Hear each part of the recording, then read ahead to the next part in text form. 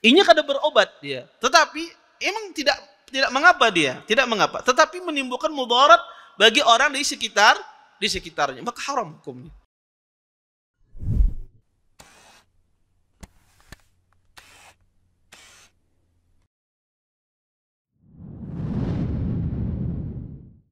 Assalamualaikum warahmatullahi wabarakatuh. Innal hamdalillah nahmaduhu wa nasta'inuhu wa nastaghfiruh wa na'udzu billahi min shururi anfusina wa min sayyiati a'malina. May yahdihillahu fala mudhillalah wa may yudlil fala hadiyalah. Asyhadu an la ilaha illallah wahdahu la syarikalah wa asyhadu anna Muhammadan abduhu wa rasuluh. Fa inna asdaqal hadisi kitabullah wa khairul hadi hadi Muhammadin sallallahu alaihi wasallam wa syarrul umuri muhdatsatuha wa kullu muhdatsatin fid din bid'ah wa kullu bid'atin dhalalah wa kullu dhalalatin finnar. Amma ba'd. Bapak-bapak, ibu-ibu, ikhwan dan akhwat yang senantiasa dimuliakan oleh Allah Subhanahu wa taala. Alhamdulillah, segala puji bagi Allah Subhanahu wa taala dengan limpah nikmat yang begitu besar, di antaranya nikmat iman, nikmat Islam, nikmat kesehatan, sehingga kita dimudahkan oleh Allah Subhanahu wa taala untuk melangkahkan kaki kita, meluangkan waktu kita hadir di majelis ilmu. Mudah-mudahan apa yang kita cari, apa yang kita pelajari pada malam hari ini mendatangkan keberkahan dari Allah Subhanahu wa taala dan kita bisa mengambil manfaat dari apa yang akan disampaikan nantinya. Bapak, Ibu, ikhwan dan akhwat yang dimuliakan oleh Allah Subhanahu wa taala, kita lanjutkan kajian kita tentang masalah kitab jinayat ya. Kita masuk pada hadis nomor 1209 di buku saya. Wa an Abdullah bin Amr bin al-As radhiyallahu taala anhuma anna Rasulullah sallallahu alaihi wasallam qala ala inna diyatal khata'i shibhil 'amdi ما كان بالصوت والعصا 100 من الإبل منها 40 في بطونها أولادها أخرجه أبو داود والنسائي وابن ماجه وصححه ابن حبان. Dari Abdullah bin Amr radhiyallahu taala anhuma bahwasanya beliau meriwayatkan dari Nabi SAW, Rasulullah SAW bersabda, sesungguhnya diat atas pembunuhan yang dilakukan tanpa sengaja atau yang mirip dengan kesengajaan yang ia lakukan dengan cambuk atau tongkat adalah 100 ekor onta, yang diantaranya 40 ekor onta bunting. Hadis ini dikeluarkan oleh Imam Abi Daud, Nasai dan diriwayatkan oleh Imam Ibnu Majah. Hadis ini hadis yang sahih tentunya. Hadis ini menjelaskan tentang masalah diat ya, terhadap seseorang melakukan pembunuhan yang mirip dengan sengaja. Pembunuhan pernah kita jelaskan dan sering kita jelaskan, orang membunuh itu ada 3 macam. Ada membunuh dengan sengaja, ya sengaja dia membawa pistol, membawa pisau, membawa parang, kemudian menebas orang, maka ini pembunuhan dengan sengaja. Pembunuhan yang kedua adalah pembunuhan tidak sengaja, ya seseorang membunuh orang lain tanpa sengaja, semacam ya orang melempar batu dari atas, dia inginnya membuang batu ke bawah, ternyata ada orang lewat terkena orang, kemudian orang itu meninggal, bocor kepalanya terus meninggal. Atau seseorang menyetir kemudian nabrak orang tanpa sengaja. Maka ini pembunuhan tanpa sengaja. Tentu dia tidak berdosa, tapi tetap dia dikenakan dia. Dia harus membayar 100 ekor onta nyawa yang dia hilangkan. Dan termasuk di antara pembunuhan adalah pembunuhan dengan unsur seperti sengaja. Kita katakan unsur seperti sengaja ini ketika dia menggunakan 2 hal. Pertama, tidak ada niat untuk membunuh. Yang kedua, alat yang digunakan bukan alat untuk membunuh seperti biasanya. Seperti seseorang membawa tongkat memukul orang, biasanya orang kalau dipukul tidak mati, ketika dipukul mati. Maka ini pembunuhan dengan seperti sengaja. Maka dia berdosa, tentunya, tapi berbeda dengan seperti dosa orang membunuh. Yang kedua, dia dihukumi harus membayar diyah. Diyahnya apa? Diyahnya disebutkan di dalam hadis ini, dia harus membayar pertama 100 ekor onta. Di antara 100 ekor onta tersebut, maka 60 ekor ontanya bunting. 40 ekor ontanya bunting. Maka 40 ekor itu ontanya harus ada yang bunting. Ya, dan 60 ekor ontanya terdiri dari hiqqah dan jaz'ah. Hiqqah dan jaz'ah adalah onta yang berusia 4 dan 5 tahun. Maka 30 ekor onta yang berusia 4 tahun dan 30 ekor onta yang berusia 5 tahun. Maka inilah hukumannya bagi orang yang membunuh seperti sengaja. Dia harus membayar, mengeluarkan 100 ekor onta. Dan 1 ekor onta itu Bapak Ibu zaman sekarang itu harganya kurang lebih sekitar 5.000 real. 5.000 real ya kalikan 4.000 ya, maka kurang lebih sekitar 20 juta. 20 juta kali 100 ekor 200 juta. 4 onta bunting tentu lebih mahal ya. Maka ini nyawa ya, ketika seseorang menumpahkan nyawa orang. Kemudian kita lanjutkan ke hadis berikutnya. Wa Ibnu Abbas radhiyallahu taala anhuma anin Nabi sallallahu alaihi wasallam qala hadhihi wa hadhihi sawa, yakni al-khinsar wal ibham, rawahu al-Bukhari. Wa li Abi Dawud wa Tirmidzi diyatul asabi' sawa'un wal asnanu sawa'un as-saniyatu wad dirsu sawa'. Wa Ibnu Hibban diyatu asabi'il yadain wa rijlaini sawa'un asyaratun minal ibili likulli isba'in. Dari Ibnu Abbas radhiyallahu taala anhuma, dari Rasulullah sallallahu alaihi wasallam, beliau pernah bersabda, ini dan ini sama dietnya, yakni jari kelingking dan ibu jari. Kata Nabi sama dietnya. Hadis ini dikeluarkan oleh Imam Bukhari. Diriwayatkan dari Abi Dawud dan Tirmidzi, beliau mengatakan bahwasanya kata Rasulullah, diet untuk semua jari itu sama. Dan diet untuk semua gigi itu sama. Dan diet gigi seri sama dengan diet gigi geraham. Dalam riwayat Ibnu Hibban tercantum bahwasanya diet untuk jari tangan dan kaki itu sama, yaitu 10 ekor onta untuk setiap jari. Ya. Hadis ini adalah hadis yang sahih. Hadis ini menjelaskan tentang antara kesamaan diet jari tangan dan diet jari kaki. Diet jari tangan, kita katakan 1 jari itu kalau dihilangkan dengan seharga berapa? Kemarin itu 10 ekor onta. Maka kalau 10 jari dihilangkan berarti 100 ekor onta. Kalau jari dan kakinya dihilangkan berapa? 200 ekor onta. Lebih baik dihilangkan jari apa dibunuh? Dibunuh 100 ekor onta. Dihilangkan jari, kaki dan tangan 200 ekor onta. Mana lebih untung?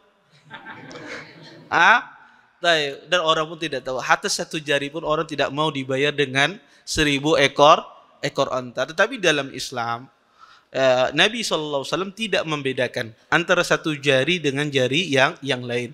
Walaupun jari ini lebih besar, ini lebih kecil, misalnya jari kelingking ini lebih kecil daripada jari sebelumnya, maka di dalam Islam semua jari itu sama. Setiap jari itu 10 ekor onta. Kalau ada orang menghilangkan jari orang tanpa sengaja, maka dia harus membayar 10 ekor onta ya, sebagai hukuman akibat tindak zalim dia terhadap saudaranya sesama muslim. Dan hadis ini sudah kita jelaskan kemarin secara detail tentang masalah jari dihilangkan, kemudian juga hidung, bibir, dan semuanya sudah kita jelaskan secara detail dan tidak perlu kita ulangi lagi. Kemudian kita masuk pada pembahasan yang baru. An Amr ibn Shu'aib an abihi an jaddihi radhiyallahu ta'ala anhu rafa'ahu qala man tatabbaba wa lam yakun bitib ma'rufan fa asaba nafsan fama dunaha fahuwa dhaminun. Akhrajahu ad-Darqutni wa sahahu al-Hakim wa huwa inda Abi Dawud wan Nasa'i wa ghairihima illa anna man arsalahu aqwa mimman wasalahu. Dari Amr bin Shu'aib radhiyallahu taala anhu, dari ayahnya, dari kakeknya radhiyallahu taala anhu, dengan sanad yang marfu, barang siapa yang mengobati seseorang sementara dia tidak diketahui dan tidak dikenal punya keahlian tentangnya sehingga menewaskan pasiennya atau mengakibatkan cacat, maka dialah yang bertanggung jawab. Hadis ini dikeluarkan oleh Imam Ad-Darqutni dan disahihkan oleh Imam Al-Hakim. Hadis ini terdapat di dalam Sunan Abi Dawud dan Nasa'i dan lain-lain. Hanya saja mereka yang mengatakan hadis ini mursal lebih kuat daripada yang mengatakan hadis ini mausul. Bapak Ibu ikhwan dan akhwat yang dimuliakan oleh Allah Subhanahu wa taala, hadis ini kalau kita lihat dari sisi sanadnya, yang benar adalah hadis ini adalah hadis yang mursal. Hadis yang mursal itu adalah hadisnya terputus. Maka dari sisi sanad lebih kuat hadis ini adalah hadis yang mursal. Tetapi makna hadis ini benar. Makna hadis ini benar. Hadis ini menjelaskan tentang masalah seseorang yang melakukan tadbib. Tadbib itu adalah seorang mengaku-ngaku bisa mengobati, ternyata dia tidak bisa. Dia mengaku saya bisa mengobati padahal dia tidak bisa. Ketika dia mengobati orang, ternyata orang itu malah meninggal. Atau orang tersebut cacat. Ya, maka dokter yang mengaku bisa mengobati semacam itu padahal dia tidak bisa, bukan ahlinya misalnya, maka dia harus mengganti.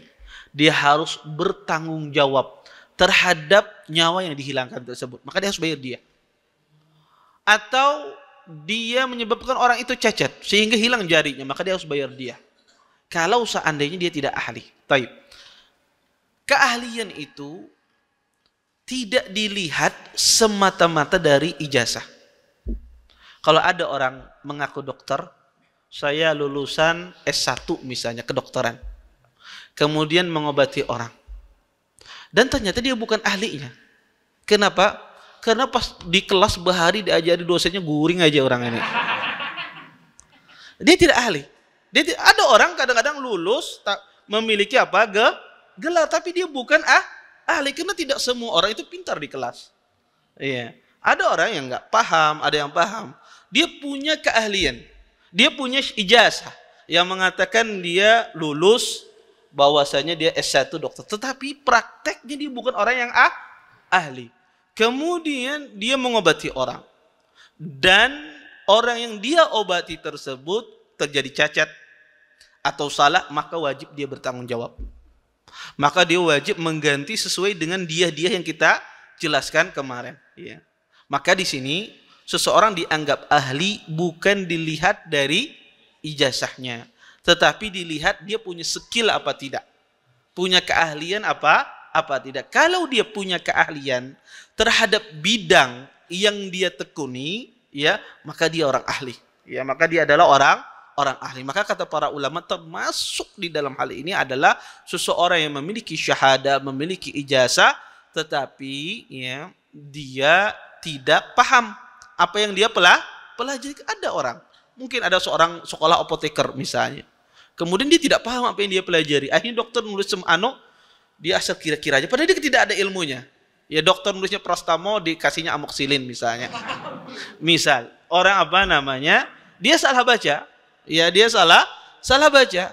Walaupun apoteker, apakah dia bertanggung jawab? Bertanggung jawab dia. Ya, kenapa? Karena dia sebetulnya tidak ahli, tapi dia ngaku. Orang ini dua hukumannya. Hukuman yang pertama adalah dia harus mengganti dia. Kemudian yang kedua, di sini hukumannya dia dihukum dia berbohong. Orang itu berbohong. Kenapa? Karena dia membohongi atasannya atau membohongi orang yang menerima dia bekerja. Karena orang menerima orang tersebut kerja atas asumsi, atas dasar orang ini ahli, karena dia milik ijazah. Tetapi dia sebetulnya tidak paham, tidak pandai. Dan berapa banyak zaman sekarang ini orang membawa ijazah tetapi dia tidak ahli. Ya, tidak pandai. Maka ini penting seseorang memahami hal-hal ini. Maka hadis ini pertama ya melarang seseorang itu melakukan tatabbub, artinya mengaku-ngaku ahli dalam suatu bidang tetapi dia tidak ahli. Taib. Ustadz, kalau seandainya orang ini tidak pernah belajar, tapi sidin ini ketujuh praktek mencari rumput di mana ya, wah kayaknya diolah sidin jadi ramuan, dites sidin apa macam. Kan ada orang semacam itu hobinya lihat rumput, kayaknya kau jadikan obat ini. Iya. Ada orang akhirnya dia bikin herbal taib. Tetapi dia uji, dia tidak sekolah. Dia tidak sekolah, tetapi dia berdasarkan apa? Pengalamannya, ya, eksperimen yang dia lakukan, ternyata betul sembuh.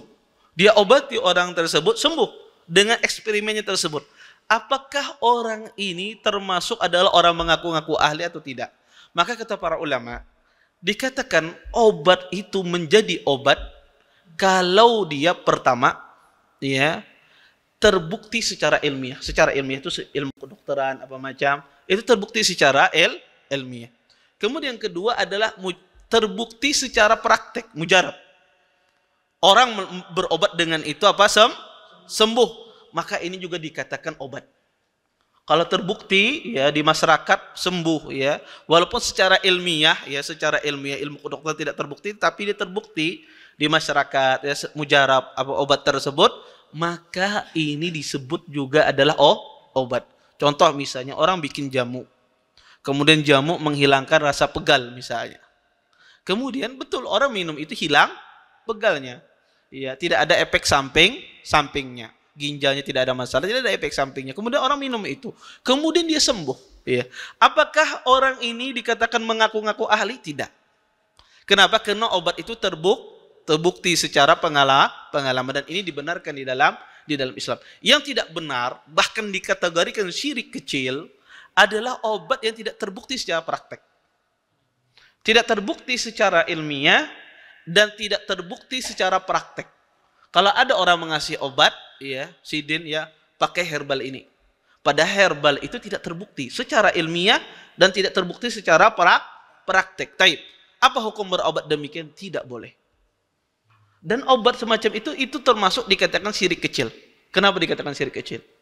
Seseorang menjadikan sesuatu itu sebab yang Allah tidak jadikan sebab.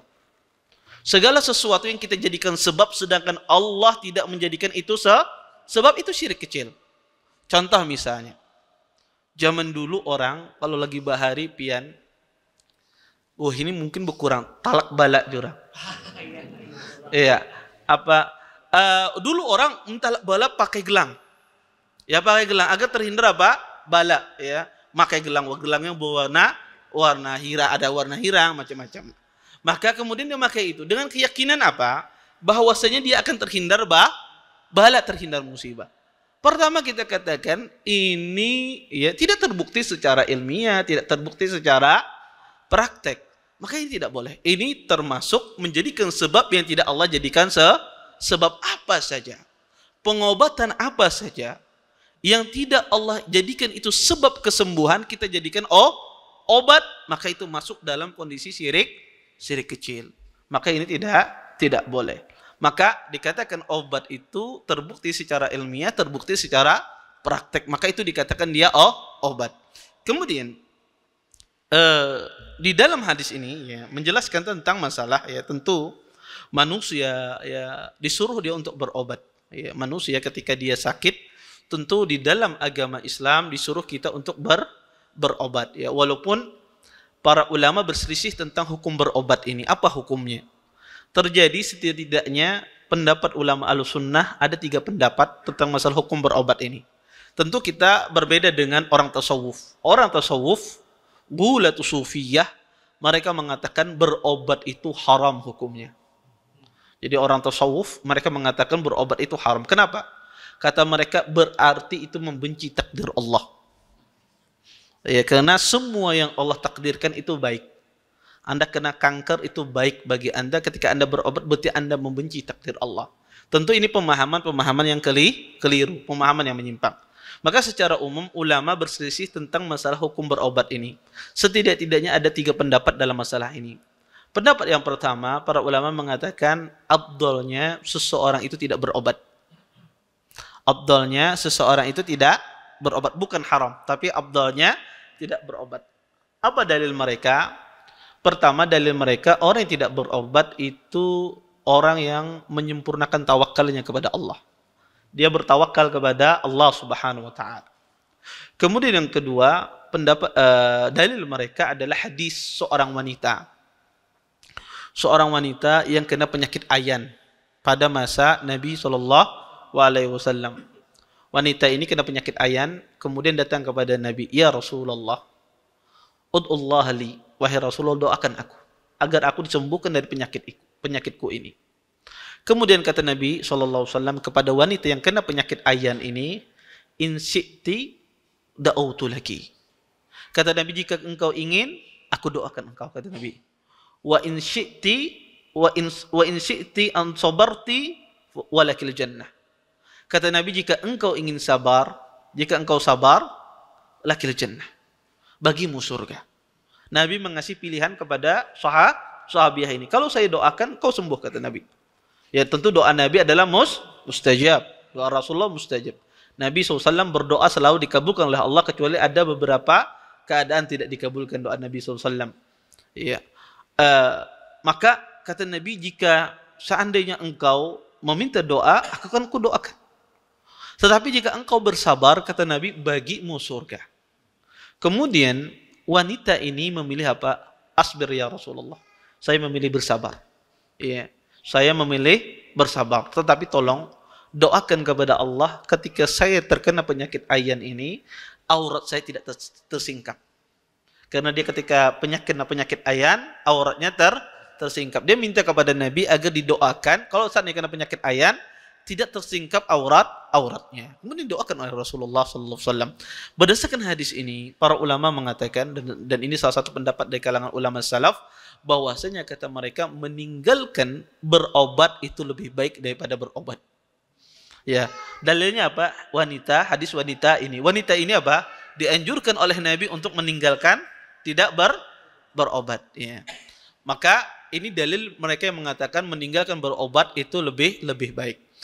Pendapat yang kedua, mereka mengatakan bahwasanya berobat itu hukumnya sunnah. Berobat itu hukumnya sunnah. Apa dalilnya? Dalilnya adalah hadis Nabi SAW, "Innallaha anzala ad-da' wad-dawa wa ja'ala likulli da'in dawa. Fatadawaw wa la tatadawaw bil haram." Kata Nabi SAW, sesungguhnya Allah Subhanahu wa taala menurunkan setiap penyakit itu ada obatnya. Ya.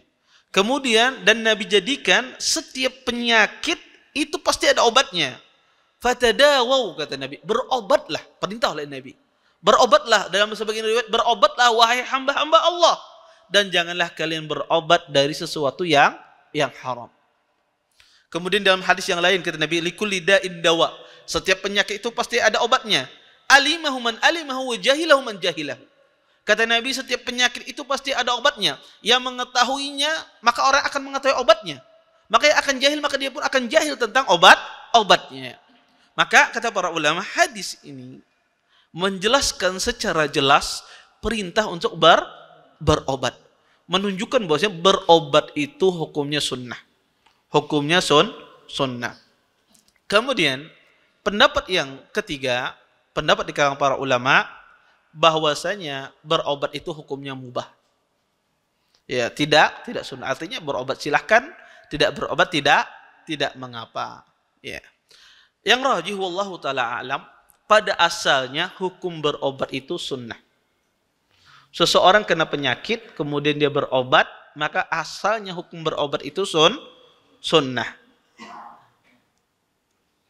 Dan meninggalkan berobat, seseorang meninggalkan berobat sampai menyebabkan badannya lemah akibat dia tidak berobat, maka ini hukumnya makruh. Misalnya Anda sakit, ya, Anda sakit. Kemudian kalau seandainya diobati, insya Allah sembuh. Tetapi Anda biarkan tubuh Anda lemas, sakit, bertambah lemah fisik Anda, tidak Anda obati, maka ini hukumnya makruh. Karena menjadikan tubuhnya lemah. Dan Kalau itu menimbulkan mudarat pada tubuh orang, bahkan bisa merenggut nyawanya, maka di sini hukum berobat hukumnya haram. Hukum berobat di sini hukumnya wajib, meninggalkan berobat di sini hukumnya haram. Contoh orang sakit misalnya kanker. Ini kalau tidak diobati, dia kankernya masih kanker stadium 1, stadium 2 misalnya. Belum masih bisa diobati.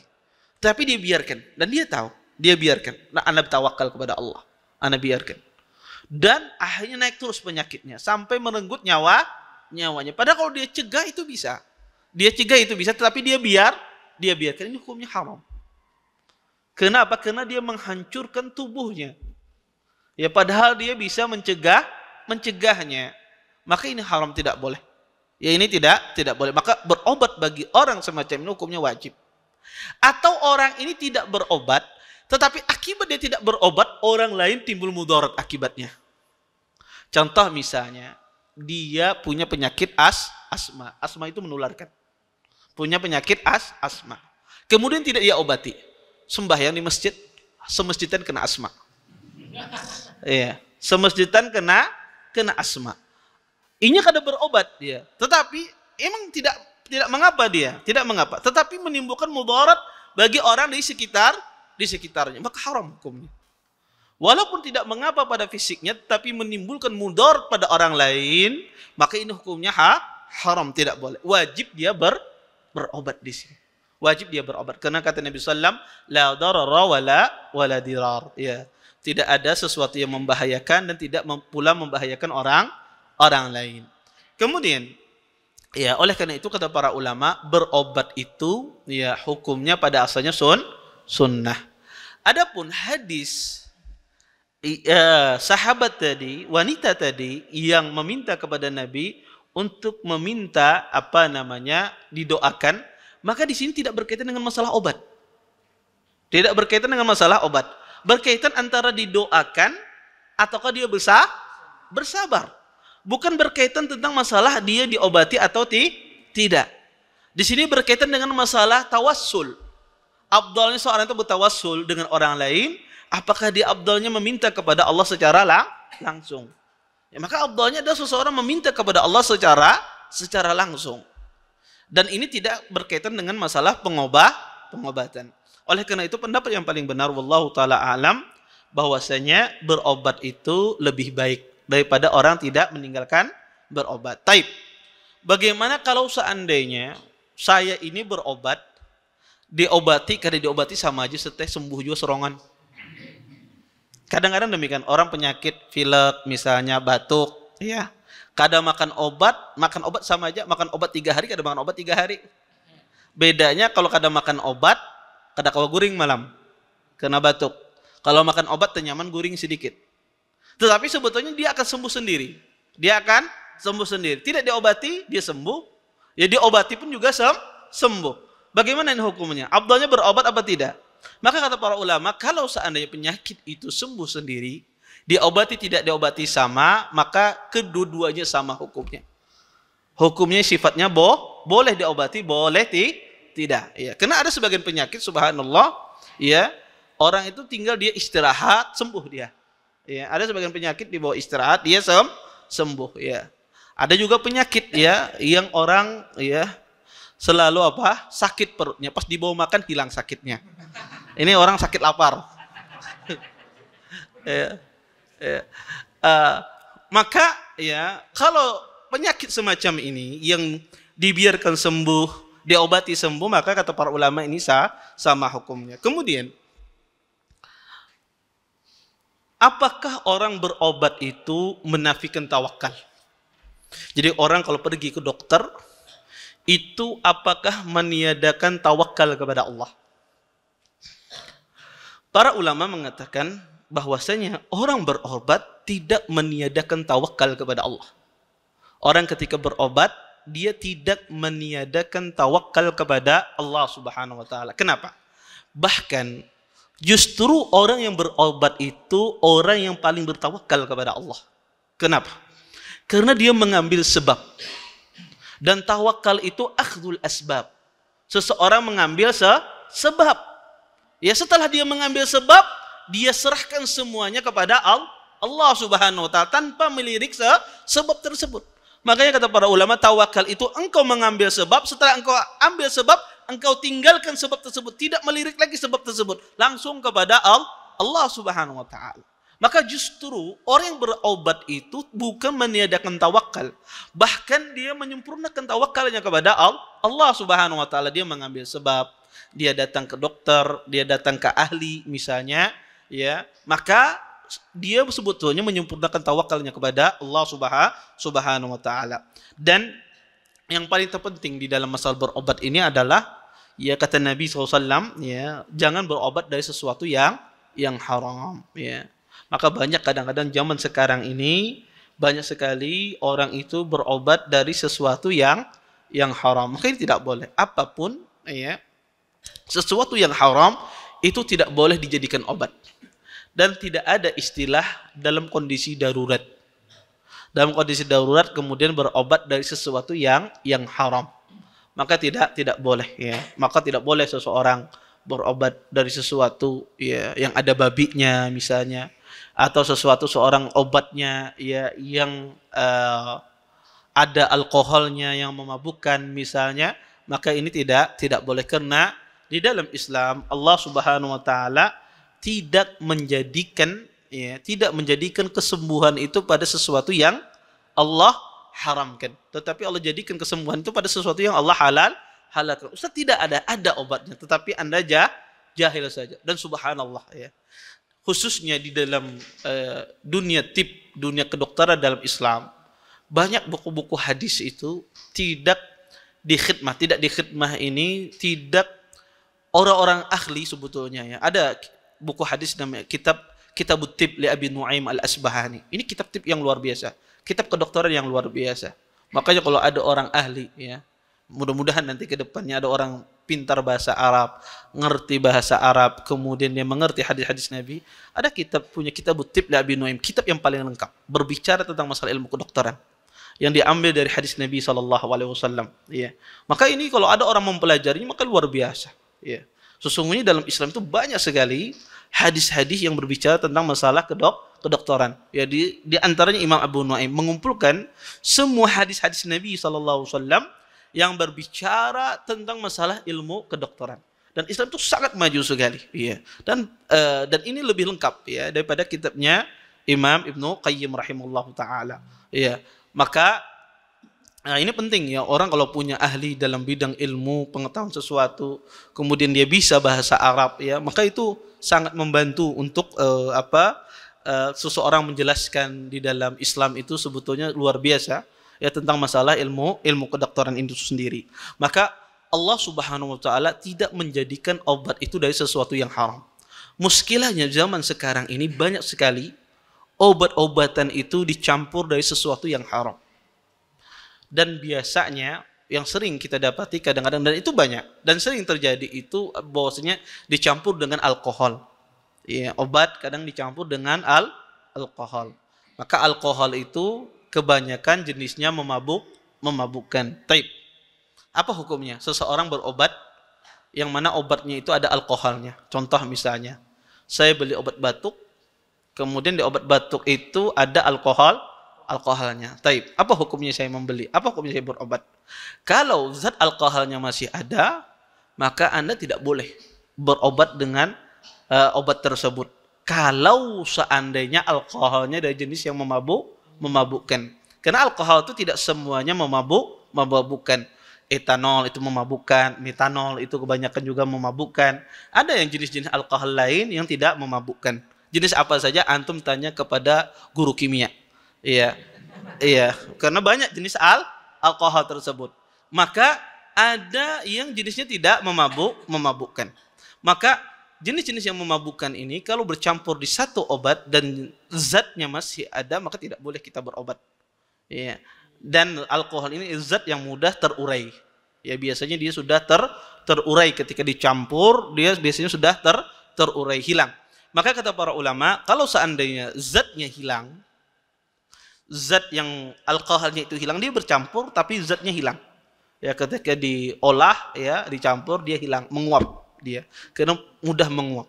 Maka kalau zatnya hilang tapi ada campurannya, tetapi sudah hilang zat alkoholnya tersebut, boleh tidak kita membelinya, mengobatinya? Maka boleh. Kalau sesuatu yang haram bercampur dengan sesuatu yang halal, kemudian yang haram tersebut zatnya sudah hilang, maka dia boleh. Hadis dalilnya apa? Dalilnya adalah hadis kata Nabi SAW, jika khamar berubah menjadi cuka, khamar berubah menjadi cuka dengan sendirinya, boleh tidak diminum? Boleh. Ya, kenapa? Karena dia berubah dengan sendirinya. Karena cuka halal. Ya, maka zat yang asalnya memabukkan kemudian dia berubah sendirinya tidak memabukkan lagi tanpa ada unsur manusia, maka halal. Diperjualbelikan? Boleh, tidak ada masalah. Kalau tanpa ada campur manusia. Bagaimana kalau seandainya manusia campur tangan? Manusia yang mengolah. Apalagi teknologi yang maju zaman sekarang, dia yang mengolah obat tersebut, dia campur dengan sesuatu yang haram tetapi zatnya hilang. Boleh tidak kita beli? Kita membelinya boleh. Kita membelinya boleh selama zatnya hilang. Tetapi yang menjualnya atau yang memproduksinya, yang membikinnya itu haram. Jadi yang membikinnya itu, yang mengolah, yang mengubah, ya, perusahaannya apa? Haram. Ya. Tetapi toko obatnya yang berjual halal tidak? Halal, tidak ada masalah. Kenapa? Karena dia membeli dari sesuatu yang sudah berubah, yang halal dia beli, ya, kemudian dia jual lagi halal. Konsumen memakannya, meminumnya halal apa tidak? Halal. Yang berdosa siapa? Yang punya perusahaan. Ya. Maka ini yang berdosa adalah yang punya perusahaan. Kenapa? Karena dia yang mengubahnya dengan campur tangannya. Ini selama zat itu tidak ada, hilang zatnya. Ada campuran haramnya, tetapi zatnya hilang. Tapi kalau zatnya masih ada, maka tidak boleh. Maka tidak diizinkan, bagaimanapun keadaan seseorang, maka tidak boleh dia berobat dari sesuatu yang haram. Kemudian juga, ya, banyak orang itu di dalam masalah berobat ini, ya sedikit saya agak panjang masalah berobat ini karena manusia ini ketika ditimpa penyakit, ya, banyak sekali kadang-kadang itu lupa dari Allah Subhanahu wa taala. Ya, orang kalau sudah kena penyakit, apalagi kada pernah garing, kena garing yang parah, ya, itu langsung down imannya. Ya, langsung lemah, seolah-olah dia nggak punya Allah Subhanahu wa taala. Dan orang kalau kena penyakit, seringkali di dalam hati kecilnya penyakitnya tidak sembuh. Ya, ini tentu suudzon kepada Allah Subhanahu wa taala. Maka orang itu kalau ditimpa penyakit, yakini dia itu dengan zat, ya, Tuhan yang Maha menyembuhkan. Dia antara nama Allah atau Asy-Syafi. Allah itu Maha menyembuhkan. Maka tidak ada yang tidak mungkin di dunia ini. Pasti, ya, Allah Subhanahu wa taala mampu dengan kekuasaannya menyembuhkan seseorang penyakit apapun, dan itu harus diyakini oleh seorang muslim, dan juga itu harus diyakini oleh para dokter bahwa tidak ada di dunia ini kecuali Allah Subhanahu wa taala bisa menyembuhkan. Masalahnya orang itu kalau sudah kena sakit, tawakalnya lemah. Makanya orang yang kena sakit itu dibangkitkan tawakalnya kepada Allah Subhanahu wa taala. Maka banyak orang ketika dalam masa berobat ini terlalu luas. Ada meluaskan, selalu menggampangkan. Walaupun di dalam berobat ini banyak hal yang dimudahkan di dalam syariat kita, tetapi tidak boleh pula orang itu selalu menggampangkan di dalam masalah berobat. Di antaranya, bentuk orang yang menggampangkan di dalam masalah berobat dari sesuatu yang haram. Kemudian yang kedua, datang kadang-kadang itu tidak selektif memilih orang yang mengobati. Ini tukang herbal, padahal tahu ajanya ragu, kayaknya dukun. Nah, ya, kadang tidak selektif, ya. Tapi karena ingin hendak sembuh, ya, dia berusaha apa? Tidak selektif akhirnya. Ya. Terlalu menggampangkan. Kemudian yang ketiga, orang sering menggampangkan apa? Ketika berobat membuka auratnya. Tidak sembarangan. Kalau dibutuhkan baru Anda buka. Kalau tidak dibutuhkan tidak perlu. Kadang-kadang belum dokternya menyuruh dia sudah membuka. Iya, disakitnya. Maka, iya, kalau dibutuhkan baru dibuka. Kadang ini berobat, hukum enggak. Tidak betul, banyak kemudahan di dalam Islam ketika di dalam berobat. Tetapi kesalahan orang itu banyak menggampangkan di dalam masalah berobat sehingga tidak memperhatikan etika adab di dalam berobat. Kadang-kadang dokternya nggak perlu, saya periksa dari apa? Dari atas perut Anda, ya, di atas kain Anda saya bisa, kata dokternya. Maka Ya, ini harus diperhatikan. Kemudian juga kadang-kadang orang sembarangan, ya, misalnya ya mencari dokter yang laki-laki mencari dokternya yang binian mencari dokternya lah lakian, ya. Oh, ini ahli dokternya. Di dalam Islam pada asalnya perempuan berobat dengan dokter perempuan.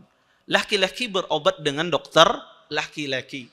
Kecuali di tempat tersebut tidak ada yang sama, misalnya hebat yang dicari ini tidak ada nih, karena dia penyakitnya tidak ada yang bisa mengobatinya kecuali dokter yang perempuan tersebut. Ini tidak ada masalah. Tapi kalau dokternya 11 12 atau 9 10 ya nilainya 9 11, enggak, kenapa harus mencari laki-laki? Kalau binian Ustadz dokter hamil ini apa namanya judes dokternya misalnya. Ya, ibu-ibu hamil sering tidak suka dengan dokter binian judes, ya, tidak lemah lembut, ya. Emang orang kalau belajar ilmu teknik, ilmu apa namanya, kimia, ya, jurusan-jurusan demikian itu kadang-kadang mereka malas berbicara. Kenapa? Karena banyak berpikir. Kadang sebagian orang itu ya terlalu meluaskan. Wanita misalnya, khususnya ini kadang-kadang saya lihat orang-orang hamil, ya. Kadang-kadang dokternya mencari dokter laki, padahal banyak dokter wanita yang bagus, ya, dokter wanita yang bagus. Kalau seandainya mungkin Ustaz kurang ilmunya masih, tapi tidak terlalu jauh, dan Anda bukan dalam kondisi darurat, dalam kondisi mendesak, maka jangan datang ke dokter laki-laki, maka datanglah ke dokter wanita. Ya, datanglah ke dokter wanita kecuali dalam kondisi betul-betul darurat. Ya, tidak ada yang mengobatinya kecuali atau ketika lahiran misalnya. Dia butuh operasi, tidak bisa ya menangani operasinya kecuali dokter laki, tidak ada masalah, ya. Tetapi kalau dalam kondisi yang tidak darurat, dalam kondisi tidak apa, maka jangan seseorang bermudah-mudahan di dalam masalah ini, ya, karena pada asalnya laki-laki tidak boleh menyentuh wanita dan sebaliknya pula wanita tidak boleh disentuh oleh laki-laki, ya, haram hukumnya, ya. Dikecualikan kalau dalam kondisi darurat, ya. Nah, ini mungkin yang bisa saya sampaikan, mudah-mudahan bermanfaat. Dari hadis tadi yang menjelaskan kepada kita banyak sekali faedah yang bisa kita ambil. Pertama, tidak boleh seseorang mengaku-ngaku dia ahli dalam satu bidang walaupun dia ahli. Maka harus jujur. Kalau dia misalnya tidak ahli, walaupun dia keluaran dari bidang tersebut, bilang, saya tidak ahli dalam masalah ini. Ya, saya tidak ahli dalam masalah ini. Kalau dalam perkara dunia saja, Allah Subhanahu wa taala dan Nabi sallallahu alaihi wasallam melarang seseorang mengaku-ngaku dan itu menimbulkan mudarat, bahkan disuruh dia menanggung kerugian oleh pasiennya, apalagi dalam perkara agama, ya. Maka zaman sekarang ini banyak orang itu mengaku ahli ilmu padahal dia bukan ahli ilmu. Mengaku ustadz padahal dia bukan ustadz. Ya, kadang-kadang sebagian orang baru dia mungkin hijrah, baru dia belajar, kemudian dia sudah menjadikan dirinya sebagai ustadz atau menjadikan dirinya sebagai ustadzah. Maka jangan. Seseorang kalau dia masih dalam tahap belajar, dia dalam tahap misalnya baru mengenal dari agama Islam itu sedikit, jangan memposisikan dirinya sebagai orang yang memberikan fatwa atau dimintai fatwa, jangan. Ya. Kenapa? Karena ilmu itu luas, ya. Jangan sampai seseorang itu ceroboh, ya, di dalam masalah agama, karena keliru dalam masalah agama ini fatal.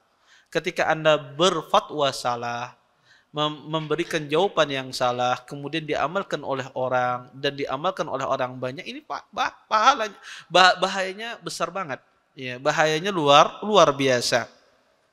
Oleh karenanya banyak orang itu kadang-kadang berhati-hati di dalam perkara dunia tapi tidak berhati-hati dalam perkara agama. Ya, banyak sekali manusia zaman sekarang, ya, baik orang yang mengaku itu sebagai ustadz padahal dia bukan ustadz, baik orang yang mendengarkan pun juga demikian, tidak berhati-hati di dalam masalah agama.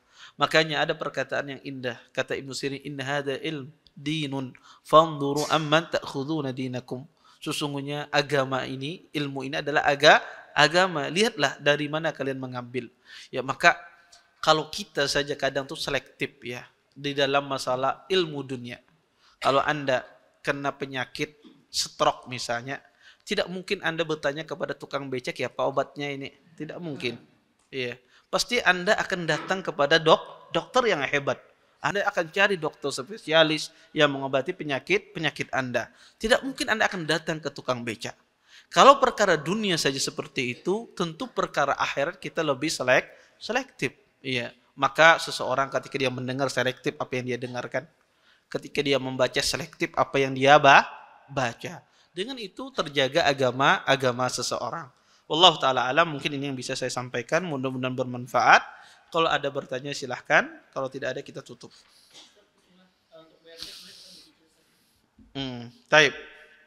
Boleh tidak diet itu dibayar dengan dicicil? Pada asalnya diet itu dibayar sekaligus. Tapi kalau dia tidak mampu, boleh dia membayarnya dengan cara dicicil. Ya diet tersebut ya ketika ahli mayitnya ridha. Atau ketika yang teranu itu ridha, maka tidak masalah insyaallah. Wallahu taala a'lam. Taib.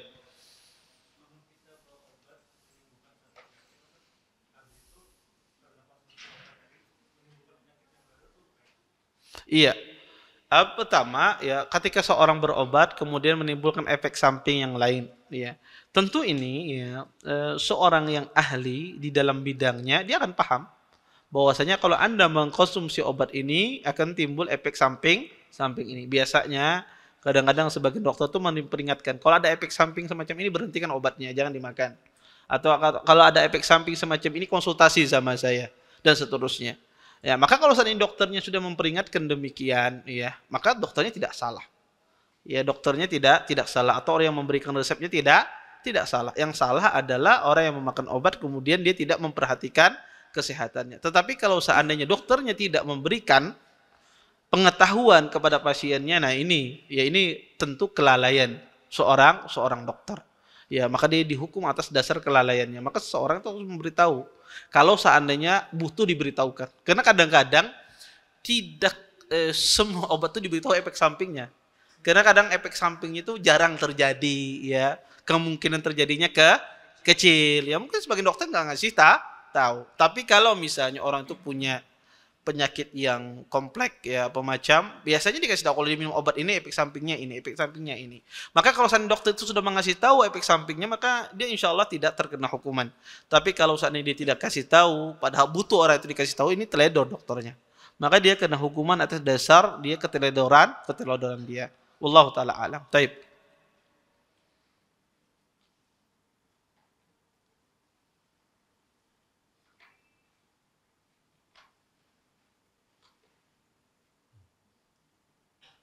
Taib, silahkan. Ada yang bertanya? Ya, enggak.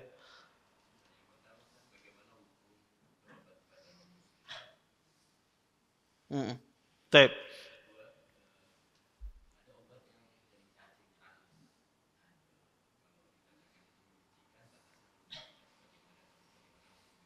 Iya. Pertama, bagaimana hukum berobat dengan orang yang tidak beragama Islam? Pada saja boleh, tidak ada masalah. Tapi kalau ada di sana dokter muslim, maka tentu kita mendahulukan dokter muslim. Ya, dokter muslim karena kita percaya pada agamanya. Tapi kalau tidak ada, kebetulan misalnya kita tidak ada di satu tempat dokter anak misalnya, tidak ada kecuali apa? Orang non muslim misalnya. Maka boleh berobat, boleh, tidak ada masalah. Karena pada asalnya berobat itu diperbolehkan. Kemudian boleh tidak seseorang berobat dengan cacing? Obatnya terbuat dari cacing dan semisalnya. Maka cacing itu bagian dari hasyarat. Cacing itu bagian dari hasyarat. Hasyarat itu bagian dari serangga dan semisalnya. Para ulama mengatakan hasyarat itu tidak boleh dimakan. Ya, tidak boleh dimakan karena dia menjijikkan. Maka kata Allah Subhanahu wa taala, ya ayyuhar rasul kulu minat thayyibat. Wahai para rasul, makanlah makanan yang thayyib, makanan yang baik. Makanya yang khaba'is itu diharamkan oleh Allah, yang menjijikkan itu diharamkan oleh Allah Subhanahu wa taala. Mungkin ada pertanyaan, Ustaz, apa ukuran menjijikkan tersebut? Mungkin sebagian orang ini tidak jijik. Ada sebagian negara itu makan apa aja makan. Ya. Napa aja dimakan olehnya, ya, mentahkah? Ya, apa aja dimakan, ya. Tiang listrik aja belum dimakan. Ya. Maka semuanya ada orang sebagian daerah itu dia memakan semua tidak ada yang menjijikkan baginya. Taib. Apa ukuran menjijikkan tersebut? Mungkin di satu tempat orangnya sangat sensitif. Ya sangat ini jijik ya. Maka terus apa ukurannya? Ada perkataan yang indah di Ibnu Abdul Bar ketika menafsirkan at-tayyibat, makanan yang halal. Beliau menukil ijma. Kata Ibnu Abdul Bar, sesungguhnya yang menjijikan tidak menjijikan itu dikembalikan kepada tabiat orang Arab asal. Karena Al-Quran diturunkan dengan bahasa mereka. Ya, Al-Quran diturunkan ke bahasa mereka. Maka ketika orang Arab itu menganggap ya sesuatu itu menjijikkan ya bagi tabiatnya mereka, maka itu dianggap khabis. Maka itu dianggap khabis, dan ini dinukil ijma oleh Imam Ibn Abdul Bar di dalam kitabnya Tamhid. Kemudian ya itu kaidahnya ya dikembalikan kepada tabiat orang Arab asal. Tentu orang Arab asal ini adalah orang Arab yang hidup di Arab sana ya, bukan di sini ya. Ya, tapi orang Arab yang hidup di sana. Taib.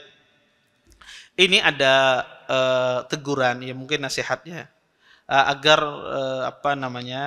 yang berbicara baik itu ikhwan dan akhwat katanya agar tidak berbicara di waktu kajian ya. Ini tentu ya di antara adab kita mendengarkan kajian ya, kita tidak berbicara kecuali dalam kondisi darurat, kecuali dalam kondisi sesuatu yang membutuhkan untuk kita bicarakan. Tapi kalau tidak dalam kondisi darurat, tidak ada, pada asalnya di antara adab kita mendengarkan apa yang disampaikan ya. Kemudian ini ada pertanyaan, ulun tahun ini mengeluarkan zakat mal atau penghasilan kurang lebih 20 juta. 20 juta setahun. Bolehkah membaginya bertahap sampai 2 bulan? Pertama, kalau zakatnya 20 juta, ya, zakatnya 20 juta dia keluarkan, boleh tidak dibagi zakatnya tersebut dengan 2 tahap?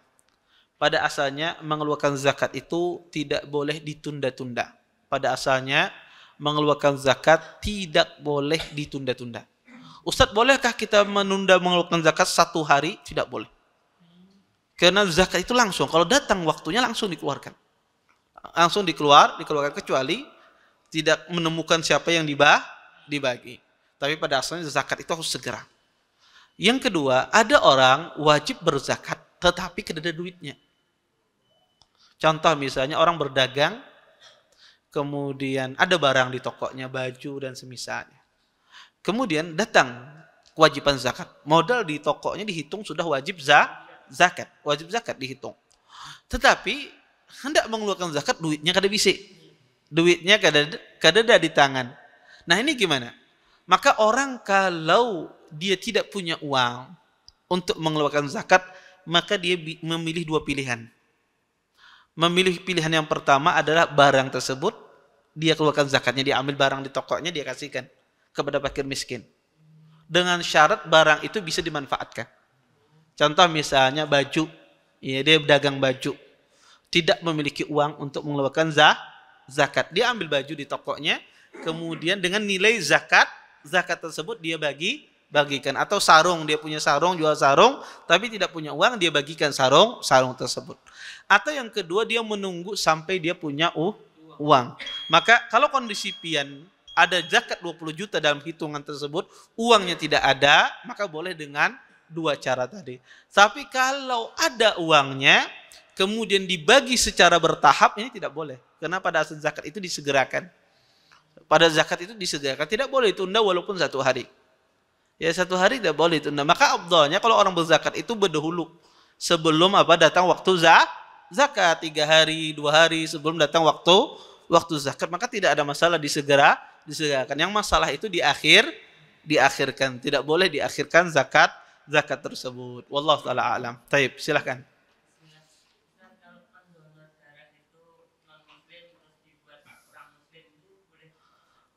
Iya, jazakumullah khair. Boleh, ya tidak ada masalah. Kalau ada orang mendonorkan darah, dia non muslim, kemudian dia donorkan darahnya kepada orang muslim, maka tidak mengapa. Ya, tidak mengapa. Kok itu diperbolehkan, ya. Kita boleh meminta pertolongan dengan orang-orang di luar Islam. Ya, maka tidak mengapa seseorang meminta pertolongan. Taib. Ada yang lain cukup? Saya kira cukup. Kita tutup dan doa kafatul majelis. Subhanakallahumma bihamdika asyhadu an la ilaha illa anta astaghfiruka wa atubu ilaik. Assalamualaikum warahmatullahi wabarakatuh. Terima kasih. Jazakumullah khairan wa barakallahu fikum. Video ini dibuat atas partisipasi dari donasi Anda. Semoga menjadi amal jariah bagi Anda semuanya.